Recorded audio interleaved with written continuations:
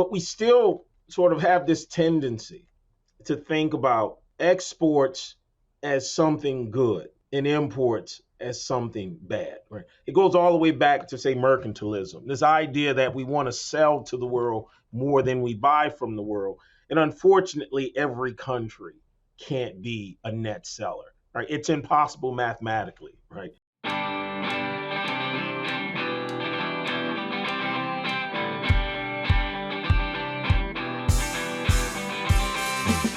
Hello and welcome to another episode of the Feed Science podcast brought to you by Wisenetics.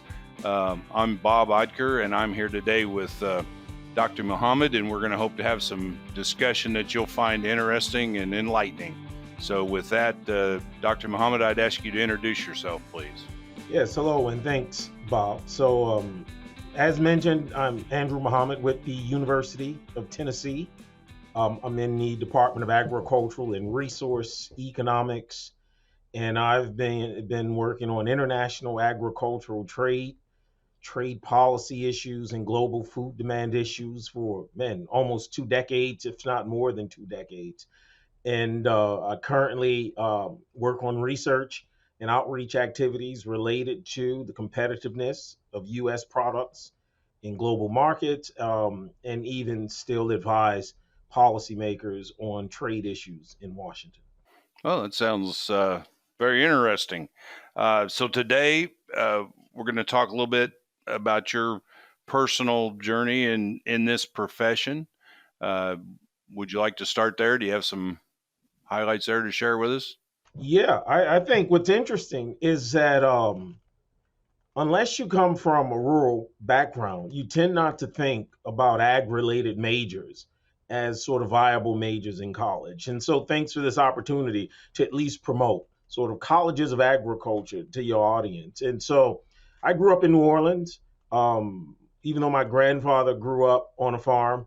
And so I'm loosely connected to rural Louisiana through visits and visiting his family and my grandmother's family. But I knew very little about agriculture.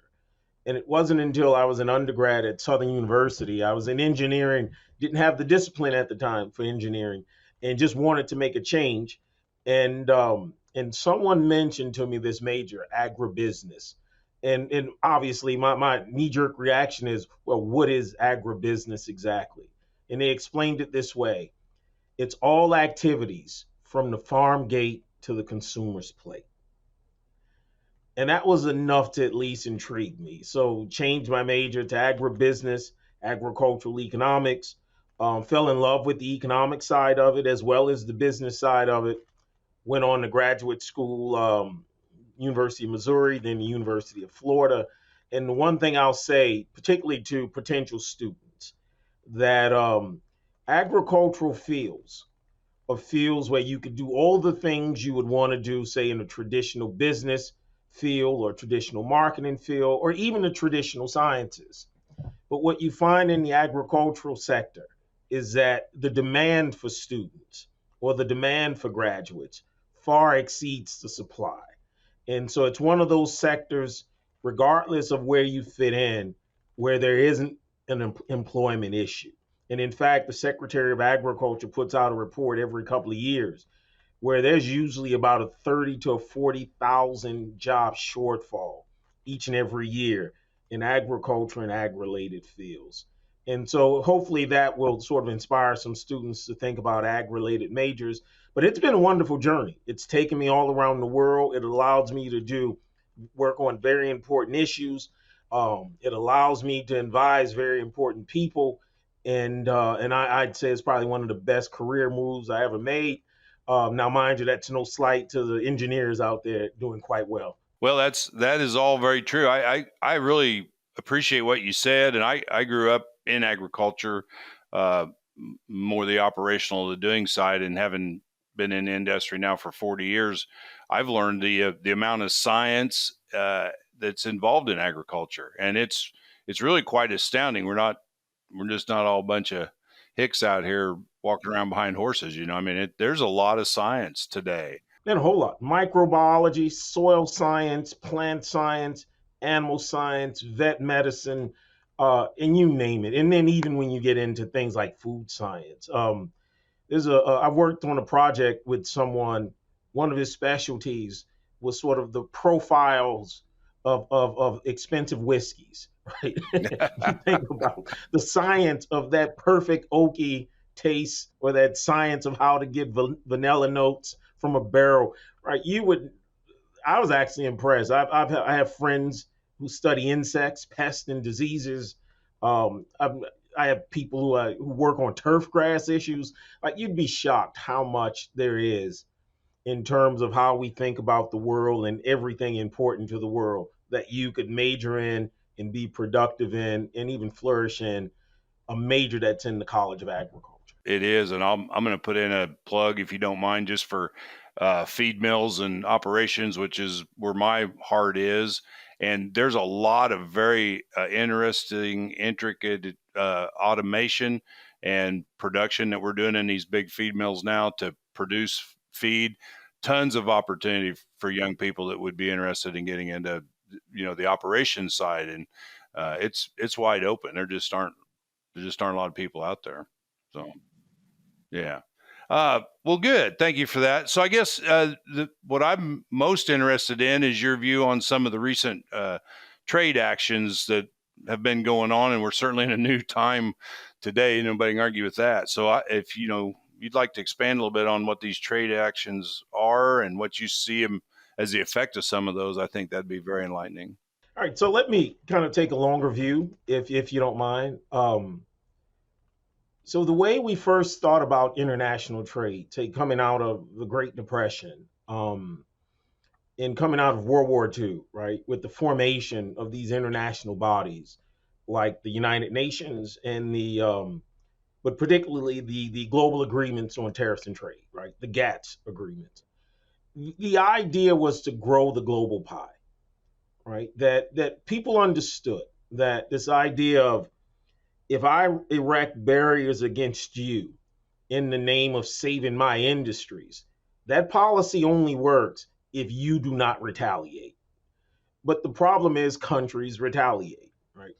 And so this retaliation limits international activity, it limits global income, which clearly limits the income of individual countries. And so then the vision was, look, let's try to sort of, instead of erecting barriers, let's decrease barriers, let's liberalize trade, let's grow the global pie. But we still sort of have this tendency to think about exports as something good and imports as something bad. Right? It goes all the way back to, say, mercantilism, this idea that we want to sell to the world more than we buy from the world. And unfortunately, every country can't be a net seller. Right? It's impossible mathematically. Right? Um, Right. but it doesn't stop us from trying.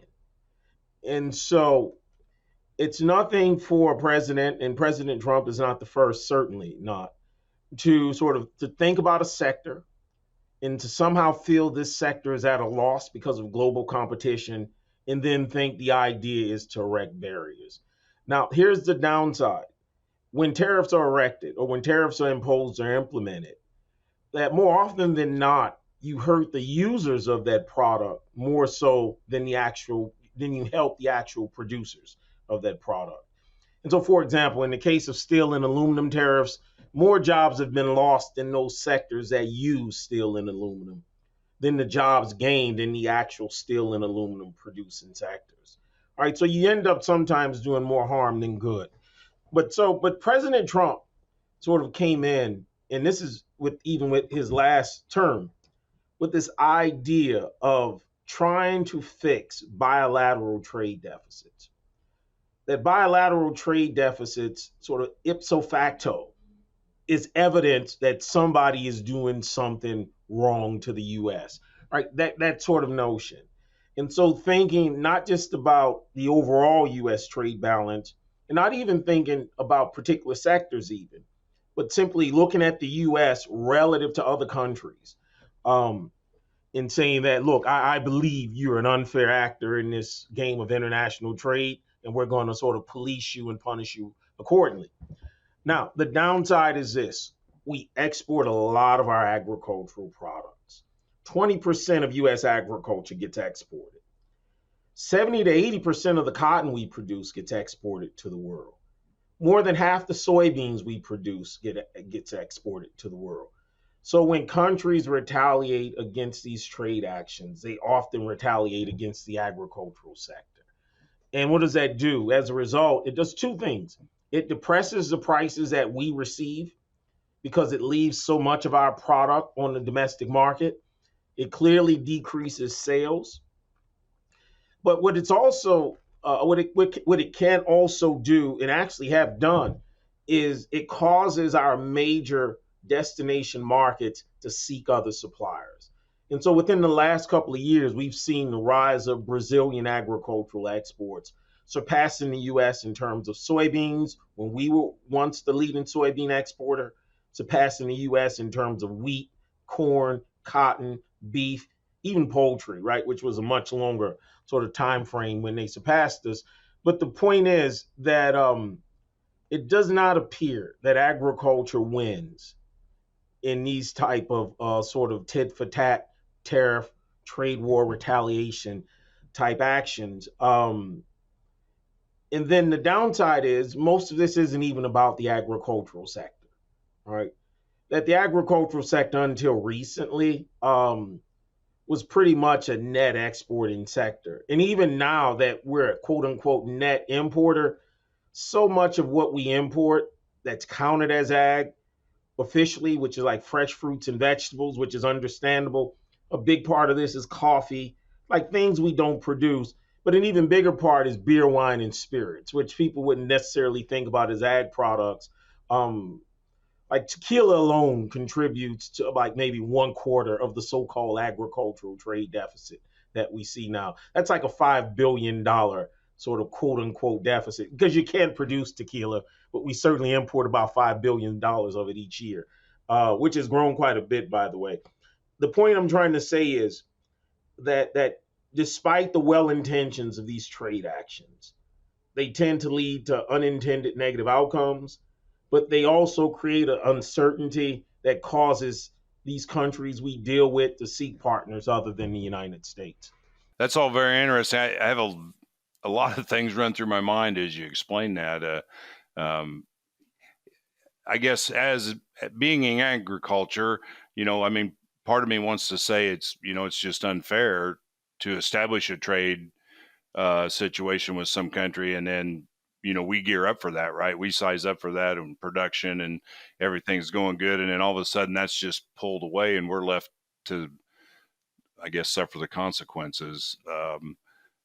That seems incredibly unfair and borderline mismanagement to me, I guess. Is Yeah, no, it is unfair. The one thing Secretary Perdue could say 4 years ago was do no harm to agriculture, right? Especially in the context of the fact that we exported more agriculture than we imported. And that sector being a net exporting sector, he could say to President Trump, we're not part of this problem that you seem to feel we have, right? This time around, I don't know if we have that sort of business or moral leg to stand on, given that agriculture now is also a net importing sector. But I say all that to say, though, that, and you use the term unfair, right? These are sort of negotiations between countries. And the thing that I think destination markets often think about is not that sort of what retaliation is going to be best for me economically in response to, say, trade actions by the Trump administration. They're also thinking about where can I hit the president politically? Who are his supporters, right? And how can I make them suffer for his trade actions? And hence the reason why it's so easy to retaliate against American agriculture, because many of our most rural states are red states, and the hope is to encourage congressmen and senators to sort of cause the president to scale back. Now, well, the one thing I will say is oftentimes the president sort of thinks of trade actions as negotiation tactics. Um,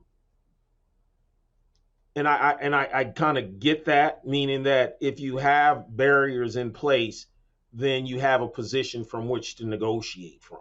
If you want other countries to decrease their trade barriers, and then so this recent policy of simply saying we're going to look at tariffs in foreign markets, and then we're going to increase our tariffs to match their tariffs, and it all sounds well and good.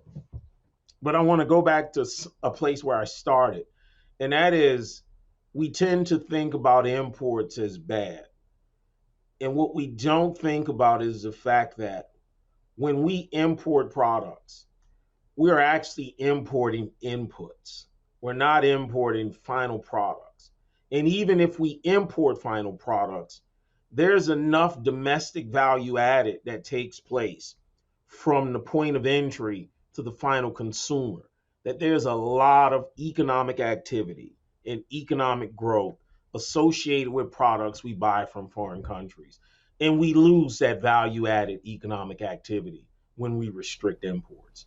Certainly, certainly. Things like shipping, right, and further processing, and Exactly. transport and retail, and uh, sales tax on those items. When it is a big, far-reaching thing, and it's probably much too complicated for most of the political leaders in our country. Would be my guess.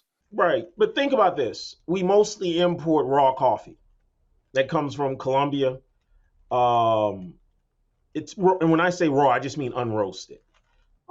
It comes from Colombia, Brazil, Nicaragua, other places in Central and South America, as far east as Vietnam, right? Rwanda, Kenya. And when you go to Starbucks, and not to say you go to Starbucks, and we spend $3.50 on a cup that's clearly the product of imported unroasted beans. You'd be hard pressed to tell me that that $3.50 is in some way enriching a tree farmer in rural Colombia.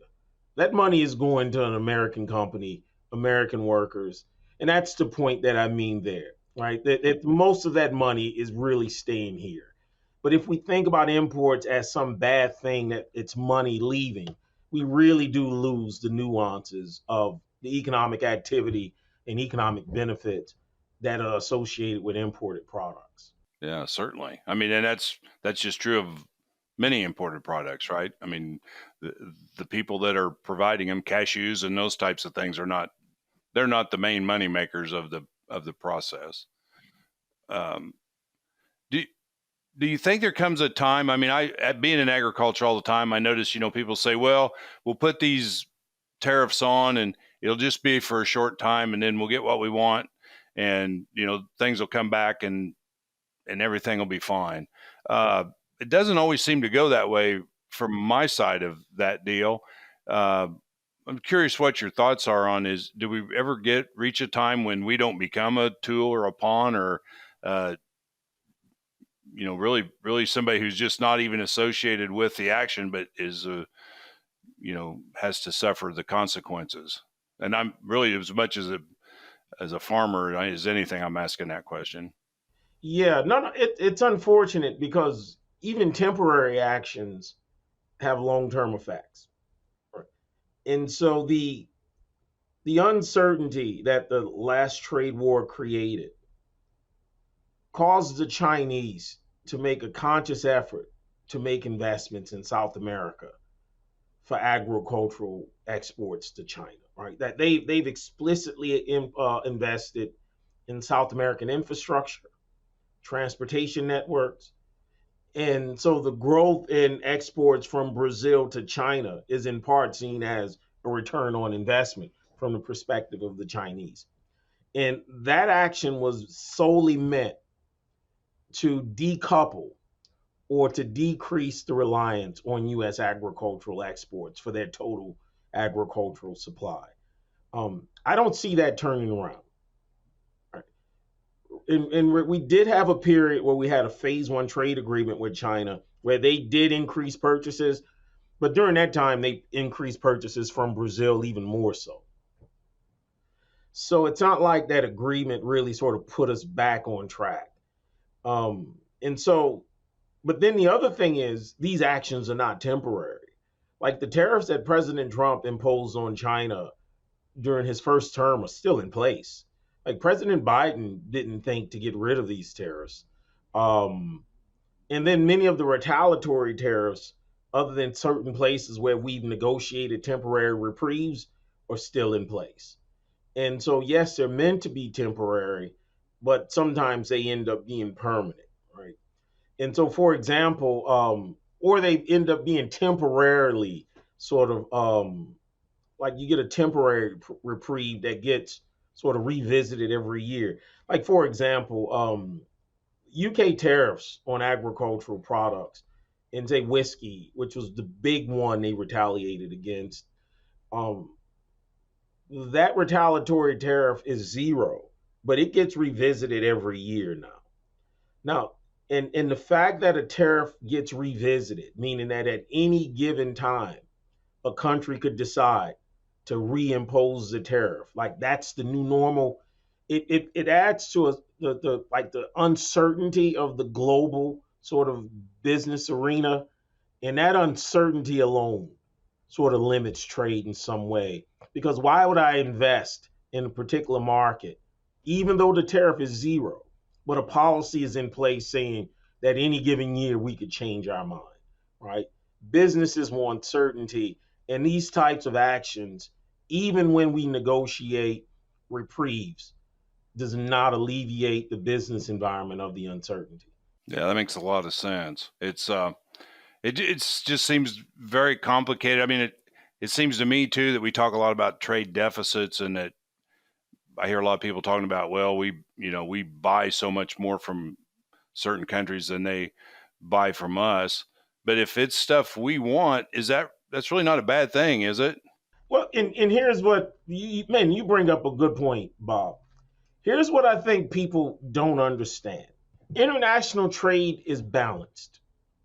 Technically speaking, there's no such thing as a trade deficit in the accounting sense when you consider everything traded, including the flow of currency across national borders, right? So we trade goods, and what we have is a goods trade deficit, but we also trade services, right? That accounting firms and law firms in the US actually have businesses engagements and clients in foreign markets. We actually have a surplus in services, but we also trade assets, meaning that countries invest in the US and we invest in other countries. And there we also have a surplus. And when you think about all the ways in which currency flows across borders, in it actually ends up being equal to zero. In the accounting sense, it must be equal to zero. It's impossible. So let me give you a perfect example. Right. So you're in the feed mill sector, and someone comes to you and they say, "Hey, look, and they're from a foreign country. I want so many million bushels of corn." And you give them a price, and they say to you, "Well, I can't pay you in dollars, but I'll pay you in seashells. We have these rare seashells in our country, and in this, and they're rare. We manage them, and so don't worry about sort of erosion of the value of them. They're rare. Let me pay you." And you say, "Well, what are seashells worth?" And he says, "Well, I don't know. I've never tried to sell them for anything. This is my first international transaction." You would say, "Well, how many seashells?" He'd say, "I'll give you 10 million seashells." You would say, "Well, okay, figure out how to convert 10 million seashells into currency that I understand the value of, and then I'll make the transaction." Right? That's what you would say. Yeah. But then let's just say, he said, "Well, come visit my country. You'll love it." You visit the country and you see this beautiful house overlooking the ocean. And lo and behold, the house is priced in seashells. And you like the house. And you see the price is the same as what he offered you for the soybeans. In that moment, you would say to him, "I'll take those seashells for my soybeans." But don't give me the seashells, give me the house. In that moment, what you've created is he's created a trade deficit because he's taken in product. But he's also created what's called a capital account surplus that offsets the actual trade deficit. The only reason you made the transaction is you saw something else in the country that you wanted. Otherwise, you wouldn't make the transaction. So, meaning countries do not sell more to the United States and buy less from the United States, but for the fact there are other things in the United States they want to purchase, and it's not necessarily goods. Sometimes it's services, and sometimes it's assets. Because were it not for that desire to purchase something else, they, like you, would simply say, I don't take seashells. Next customer, right? And so hopefully the audience understands that. Now, the only downside is some of these assets, or so-called assets, or government treasury bills. And so it is concerning when a foreign country is buying up a lot of US debt. All right, so that is, but how you don't fix that problem with tariffs. You actually fix that problem by either increasing taxes or somehow figuring out how to get government spending down to current tax levels, right? Which is a very different thing from tariffs. Tariffs won't fix the quote unquote trade deficit problem. As long as currency flows are coming in other ways, it needs to be offset by actual good flows across borders.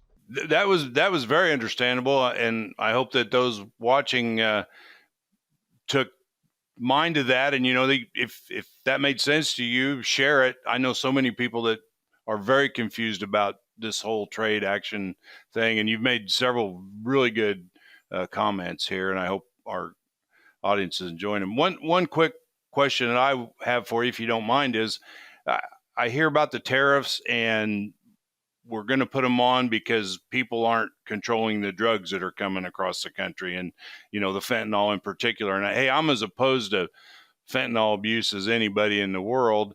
Is that fair? Can we really affect that with tariffs, or is that more for the for the nightly news? It's a good question, and the real answer to that is I actually don't know, right? I actually the I have a paper that just got published in a journal called Agribusiness, an international journal, on what the tariffs will possibly do to U.S. distilled spirit imports, right? As you can see, that one of my areas is sort of these niche agricultural products and what trade action will do in these sort of niche, high demand, highly differentiated product areas. Um, and I recall writing in that paper, while sort of the effectiveness of tariffs in decreasing migrant flows and the presence of fentanyl in American cities is unknown. What we do know is that tariffs will have this negative impact on what we import, right? And that's the best you can say. We know what tariffs can do and will do, and that is make imports more expensive. And more often than not, that gets translated to the final price to consumers. Sometimes countries actually share the tariff burden. Rarely is it the case that a foreign country bears the full burden of a tariff imposed on them.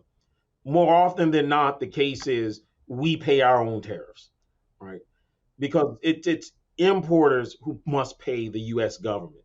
And if those importers can negotiate lower prices in foreign countries, sometimes it happens, sometimes it doesn't.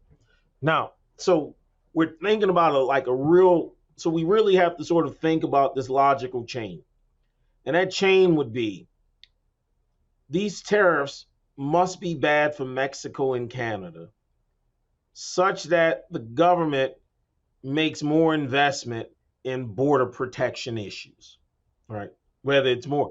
Now, that's the best Canada and Mexico can do. Put more guards at the border. Very much that's the best we can do. Now, unless there's some direct government tie to fentanyl crossing the southern border or migrants illegally crossing the southern border. What they can do is invest in policing, nothing more. Now, who knows whether that policing would end up being effective to the point where the current president would say, I'm satisfied, let's remove the tariffs. Right. And who knows whether that's going to be a measurable difference. Like, I don't like no one, someone's probably going to study this, in that for every guard at a Canadian or Mexican border, what's the decrease in the amount of fentanyl that gets sold in rural and urban America? Someone's going to try to come up with that relationship, but truth be told, we don't know. But what we do know is that imports are a tax. I mean, tariffs are a tax on imports, and tariffs will definitely make imports more expensive. That's the thing we know. And I'm a big fan of measuring things too, but I've learned in my life that oftentimes the measurement comes well after the actual effects. That it may be 20 years before we come up with that data, and by then it'll have changed the society and economics to a point that it really doesn't matter now because we've already done it, right? No, that's exactly right. It's time for our famous three.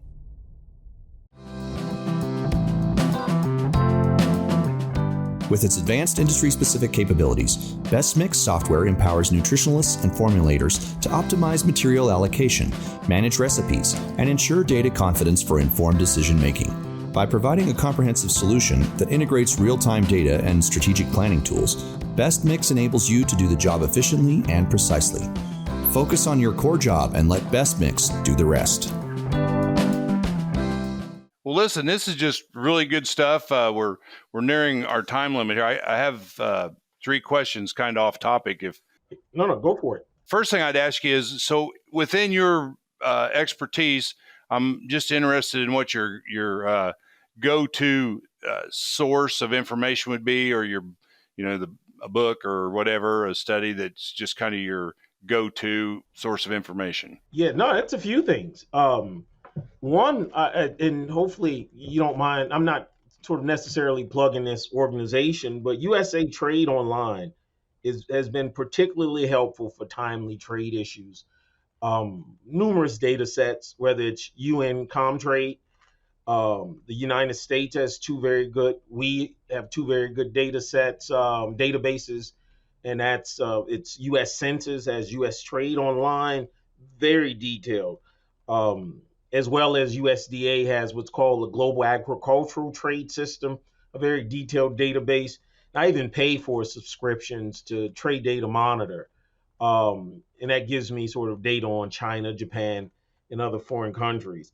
In terms of news outlets, I try to at least stay up with the Economist magazine, and then the daily stories from the Associated Press. I do make an attempt to try to get news from both the right as well as the left to make sure I don't, so I'm not sort of hitting any blind spots, that things that are often ignored by the political right are overly sort of emphasized on the left and vice versa. So I do want to get that. I also try to get different perspectives on news from just sort of the political angle that people often take. Like, for example, just reading sort of right-leaning outlets on how people see USAID and what's going on in terms of firing employees, decreasing its funding, and moving it to under the State Department versus how people see that on the political left.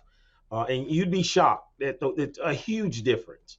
Right? It makes you think that you're not even looking at the same issue, that the differences in reporting are so huge. But yeah, main publications, I'd say my sort of right of center would be The Economist, from time to time the Wall Street Journal, but I do have a subscription to The Economist.